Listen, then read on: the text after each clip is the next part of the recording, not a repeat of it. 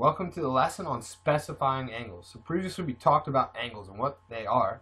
Well, now we're going to learn about different types of angles and how we can classify them and be specific about their properties.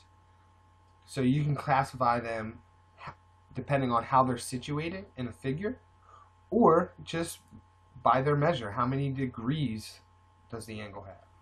Essential questions for this lesson: what is an acute angle? What is a right angle? What is an obtuse angle? What is a straight angle? What is an adjacent angle? And what is a vertical angle? By the end of the lesson, you guys should be able to use these vocabulary words to identify the proper angles.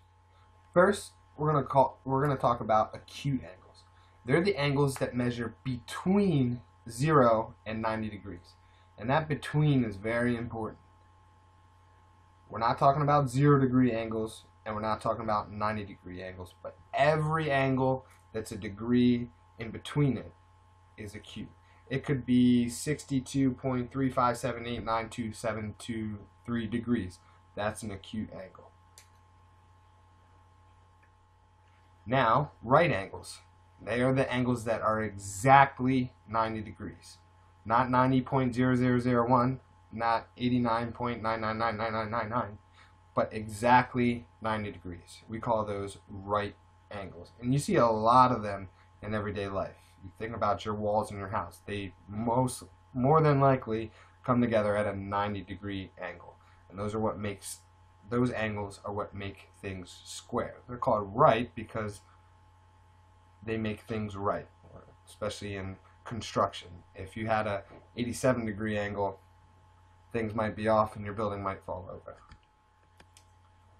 Next, we want to talk about the angles between 90 and 180 degrees. Those are called obtuse angles. So not exactly 90, not exactly 180, but all the angles in between it are obtuse. And last but not least, for the angles that we can specify using their measure, is straight angles. They're angles that measure exactly 180 degrees. And what's cool about these is that it's actually a straight line. So if I think about this, this is actually just, let's call this line A, B. Label 2 points on there. This is line AB with a point in the middle. We'll call that, let's say V for vertex. So that's actually a straight line, 180-degree rotation from ray, VB, and ray, VA. Those two rays make up the line AB. Next, we're going to get into specifying angles that are situated a certain way. And when we start talking about that, the most common thing you'll hear is what we call angle pairs. So an angle pair is just a pair of angles. The first type of angle pair I want to talk about is adjacent angles. Now, adjacent angles means that the angles are just side by side. And what's special about them is that they share a ray. So this angle right here is made up of these two rays, angle A, and then angle B also uses the same ray that angle A uses, and another one. So they share this middle ray right here, and that's why we can call them adjacent angles. They're right next to each other. Another type of angle pair, vertical angles.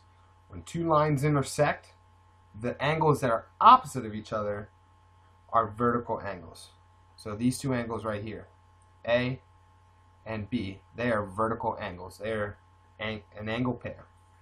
Now you also have a pair of vertical angles right here.